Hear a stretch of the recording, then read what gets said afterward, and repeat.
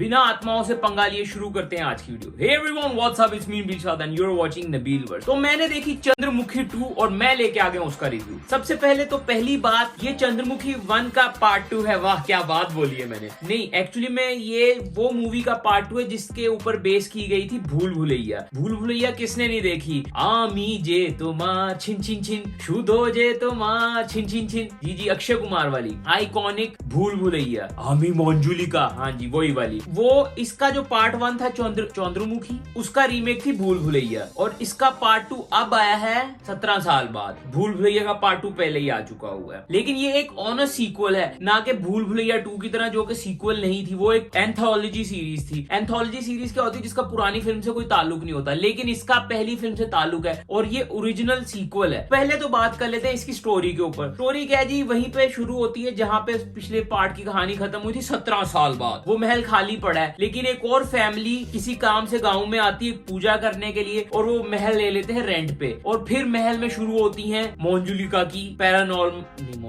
चंद्रमुखी की paranormal activity start. यही सारी कहानी है, और कैसे इस बार सच में पैरानॉर्मल एक्टिविटीज को सॉल्व करेंगे, ये सारी कहानी है चंद्रमुखी 2 की। चंद्रमुखी क्यों बोल रहा हूँ मैं बंगाली कैसे हो गया? खैर, चंद्रमुखी 2 की स्टोरी ये है। स्टोरी डिसेंट है, मुझे अच्छी लगी है। पार्ट 1 से पार्ट 2 को रिलेट करती है, तो उसमें में अच्छी लगी है। एंड में वैसे मैं कंपैरिजन करने वाला हूँ दोनों सीक्वल्स को और भूल भुलैया को भी, तो उसके लिए भी वेट कर लो। डायरेक्शन भी ठीक थी। सीजीआई में बहुत मसला था, फेक कुत्ते वो बहुत बुरे लग रहे थे, और वीएफएक्स का काम उस लेवल पे नहीं था, टॉप नॉच नहीं है वीएफएक्स जिसके लिए आप देखने जाओगे। तो मैं पहले ही बोल दूं, कास्टिंग में इसमें भाई सूर्या का भाई जो था, उसका नाम मुझे भूल गया, वो है जादव। फिर उसके बाद कंगना रनौत है, और कास्ट काफी बड़ी है, लेकिन मैं उन लोगों के नाम वाम नहीं जानता क्योंकि वो रीजनल एक्टर्स हैं, तो मैंने इतनी रिसर्च नहीं की उनके ऊपर, क्योंकि इतना कोई रिमार्केबल काम किया नहीं हुआ है कास्ट ने। स्टोरी को बहुत ड्रैग किया हुआ है, बहुत सारे कैरेक्टर हैं, लेकिन आप किसी से रिलेट नहीं कर पाते हो पूरी फिल्म में। लाइक लिटरली किसी से भी रिलेट नहीं कर पाते। कोई एक ऐसा कैरेक्टर नहीं जिससे आपको रिलेटेबिलिटी फील हो, सब ऐसे ही है रैंडम। और मैंने देखी हिंदी डब में, कृष्णा अभिषेक की डबिंग मुझे बहुत बुरी लगी है। पता नहीं कृष्णा अभिषेक क्या दे रहा है आजकल। लियो में भी उसकी डबिंग थी, इसमें भी उसकी डबिंग है, और मुझे बहुत फनी लगी। मतलब अननेसेसरी कुछ डायलॉग ऐसे डाले हुए थे जो पता चल रहा था कि वो होंठ भी नहीं ला रहे हैं, लेकिन कृष्णा अभिषेक ने अपने इनपुट्स दिए हुए हैं, जो कि मुझे अच्छा नहीं लगा। सीजीआई में मार खा गई। बैकग्राउंड स्कोर हिंदी का ठीक ही था, कोई इतना कोई खास था नहीं। साउंड्स भी अच्छे इतने नहीं थे। बस मुझे एक चीज अच्छी लगी, कंगना रनौत ने अपने कैरेक्टर को खुद आवाज दी है। फिर एक जो वो नानी को जो डब करती है, वही औरत हर फिल्म में डब करती है। वो मेरे ख्याल से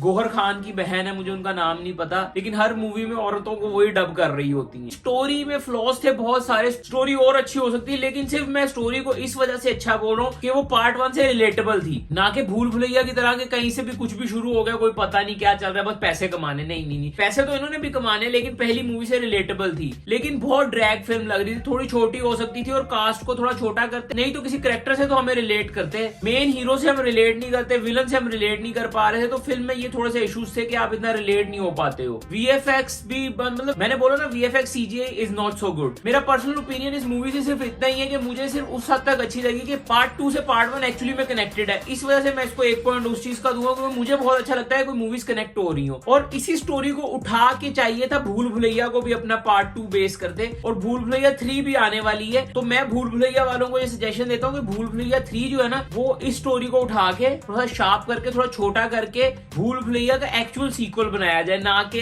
एंथोलॉजी में कुछ भी बन रहा है। हालांकि भूल भुलैया जो 2 आई थी वो मुझे अच्छी लगी है, उसमें मंजुलिका के लोर को एक्सप्लोर किया गया, लेकिन वो वाला लोर मैं नहीं चाह रहा था। वो मुझे एक लैदा मूवी होती तो शायद अच्छा लगता, लेकिन ओरिजिनल में वो मुझे अच्छा नहीं लगा उस यूनिवर्स में। तो अक्षय वाले यूनिवर्स में मैं चाह रहा हूँ कि मंजुलिका का लोर ये होता। ये फील हो रहा था कि भूल भुलैया का सीक्वल है, जिस तरह इसमें पुरानी फिल्म के वो सीन कहीं कहीं दिखाए जाते हैं। हालांकि मैंने वो ओरिजिनल चंद्रमुखी 1 नहीं देखी, लेकिन मैंने भूल भुलैया देखी है, तो मैं रिलेट कर पा रहा था कि ये लोग किस सीन से क्या सीन मिला रहे हैं। तो इनको ये वाली स्टोरी उठा के भूल भुलैया 2 बनानी चाहिए थी, नहीं तो भूल भुलैया 3 आ रही है तो इसको कंटिन्यू करें तो भूल भुलैया 2 को कंटिन्यू करें भूल भुलैया 3 में। लेकिन एंथोलॉजी सीरीज ना बनाया करो, तुम लोग अभी इतने नहीं हो गए बॉलीवुड वालों के, कुछ भी कहीं भी उठा के बना दो तो हमें अच्छी लगेगी। वापस आते हैं चंद्रमुखी 2 के रिव्यू के ऊपर। तो मुझे मूवी डिसेंट लगी है, इतनी कोई अच्छी भी नहीं थी, इतनी कोई बुरी भी नहीं थी, बस टाइम अच्छा गुजर गया। मैं इसको दूंगा 2 स्टार, लेकिन कोई वो फिल्म नहीं है, बस स्टोरी के चक्कर में देख लो अगर देखनी है। तो गाइस, ये था मेरा रिव्यू ऑन चंद्रमुखी 2। अच्छा लगा तो लाइक करें, कमेंट करें, do subscribe for more videos.